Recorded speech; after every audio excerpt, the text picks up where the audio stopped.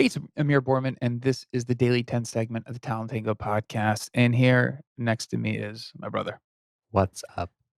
And you know what's interesting is the challenge, the dynamic. So when Arash was younger, he played tennis, and so I when he was playing, I was always out there. I was actually we worked with each other. I was coaching him for the longest time, and people sometimes ask like, "How is it working with your brother? How do you get along?" I'm like, we literally have only like I don't know how long did you play tennis for? A long time. Uh, 8 years old to mid-20s, so Yeah. a long time. So I mean, he played at UCI, and for the first year, we still played, but then he got really too good, and I couldn't play anymore, and I got out of shape, so it just didn't work anymore because he was playing 3, 4 hours a day, and I just couldn't hang anywhere. But for 8 to like I don't know 12 years, we literally were on the court. We traveled tournaments, and then he went and got a job and came back, and we started the business together. Right. And I think some people look at it and go,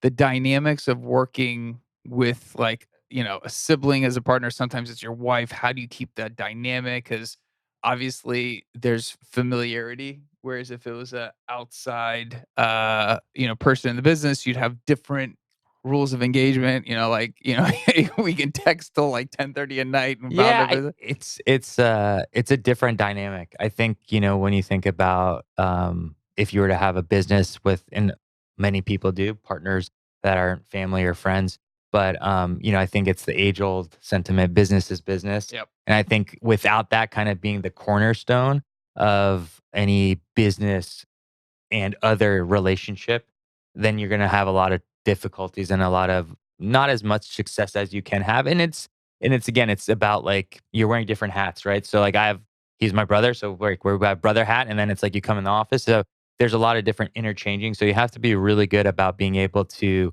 know when to wear those hats. And then it's like, hey, like this isn't personal, this is business. And you hear that in the business world, regardless if you're working with family or just it's your own company, but business is business, and I think that has to be kind of the mantra that you go into it with. Yeah, and I think, what's interesting is obviously like, whenever you have any new group or formation, I mean, typically a business partner, you're gonna know the person, you're gonna be familiar with them. But once you change the dynamic, if you've never had a business with that person, the dynamics change because there's pressure, there's risk, there's whole lot to it, and there's a little bit of the storming, norming, and conforming where it takes a little time with being brothers and having done tennis, so it gave us a chance to understand how each other operates. I think sometimes we don't have to deal with that, but then again, there's always that, Then you obvious have to deal with that too, so it's yeah, a yeah, then you double-edged have to, yeah, sword. then you just have to deal with. So it's kind of an interesting wrinkle because, um, sometimes when we're debating topics, I think we both kind of know what the other's going to respond. So it makes it a little bit trickier versus like if it was just somebody, absolutely you didn't have that history with and you just knew, you probably would approach it differently because you'd want to know what their thoughts are versus like you already know my view on probably X, Y, and Z. The question is how do we get to a decision that we both agree on? Yeah, I think when you're looking about just, relationships or business partners, it's about who complements you well, right? So knowing your strengths first and foremost, but then also knowing your weaknesses. So I think a lot of self-awareness is most people nowadays just kind of what's your strengths? What's your strengths? Equally as important is knowing what you're not good at, because that's gonna take too much of your time to try to get to a decent level at. So I think it's Amir and I know our strengths and weaknesses well. So I think that helps us understand like, hey, this is you're probably better suited to tackle this versus me or whatever the case is. And then obviously there's decisions that need to be made and you kind of make those jointly. So I think it's good because you know the person so well. I think when that's not there, then you have to really take the time to get to know that person because I think it's an interesting thing. I have this conversation with my friends all the time. I'm like, look, you're friends with that person, but once you start dating somebody, dynamics shift and change. So to Amir's point, it's different when you're friends or brothers or siblings or whatever the relationship is, and then you go into business.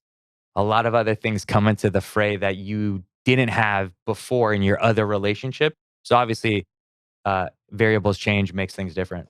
Yeah, and I think that's where I mean, for me, I agree. I think knowing your weaknesses is actually maybe even more important than knowing your strengths because you're not spending your time in areas where you're just inefficient. I think for us, that helps because obviously we know each other so well that, I kinda know the areas where you're not as strong, you know my weakness already, so you're already seeing like, "Hey, I'm gonna take this off his plate because he's not gonna be good at it." I think in any type of business relationship, I think actually knowing where the weakest link for that person is and helping them and absorbing it. I mean, I think it goes back to when you're playing sports. If you know your weakest, if you're playing tennis, your weakest shot is your backhand. You can work on it a lot, or you can work around it and formulate a different strategy to win. So I think there's different ways playing. And I think if you're trying to mask your weakness by just improving it 10% versus going, hey, I'm gonna leverage my strengths and just absolutely be all in, that is just a whole different game. Yeah, I think you gotta know kind of what game plan can get you where you wanna go. And then that's when you can actually look to see what resources you have as an individual and then as a pair, or if it's 3 people, however many people are in your group, right? And I think as you get more people into the fray, I think then the tough part to manage is egos, right? Because it's like, well, I'm the older one, or, you have that kind of those kind of things that come into play, and or just with friends, right? Like there's got to be lines of, again, in on the court. Like I've had instances where I've played friends, right? Back in the day. It's like, look, when you step onto the court, we're not friends anymore. Like I want to beat you. And I think when you come into the office or you go into that work environment, wherever that is, it could be in your kitchen, it could be, at Starbucks. This is the field of play. Right now, we're not friends.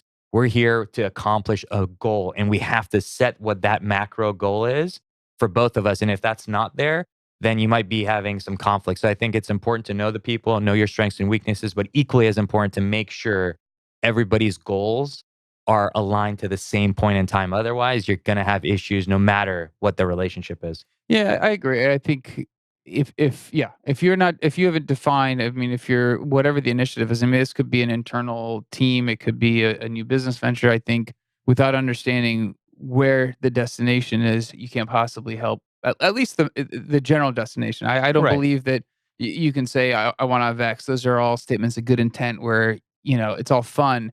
But the actual, in terms of growth plans, I think those are all we're just projecting. But in terms of strategy, I think people can align on strategy, make sure that they agree in terms of the overall direction, and then you're going to make a ton of micro shifts to Of adjust, course. and that's where some of the friction is. You got to have a mechanism to resolve that because obviously any group, a sports group, your family group, your friends group, any group is going to have friction, and it's how you resolve that friction. Yeah, and I think the other component of like, sibling, uh, company or partnership, it's communication, right? I think the cornerstone for any good relationship, business or personal, is trust and communication. So I think those two components, if you're thinking about getting into business with a friend, a sibling, a spouse or something like that, you got to recognize things change. It's a different dynamic. So you want to make sure that you feel confident that you guys can have very difficult conversations. And literally, sometimes you have to tell somebody something they're not going to like to hear. If you can't do that, sometimes it's easier to talk to strangers. And that's why people partner with people that they just kind of know bring a certain skill set to the table that they Sure. need to leverage to get to the same place they want to go to. Absolutely. I agree. And I guess a question for everyone watching or listening is, have you been in a business group? Have you hired a friend onto your team, business partner where all of a sudden, that friendship, maybe it's a Boundaries family, the get boundaries get, blurry. blurred. How have you dealt with that? Because it is not an easy thing. Uh, Comment, let us know. Being curious to hear it. Thanks. Definitely. Thanks.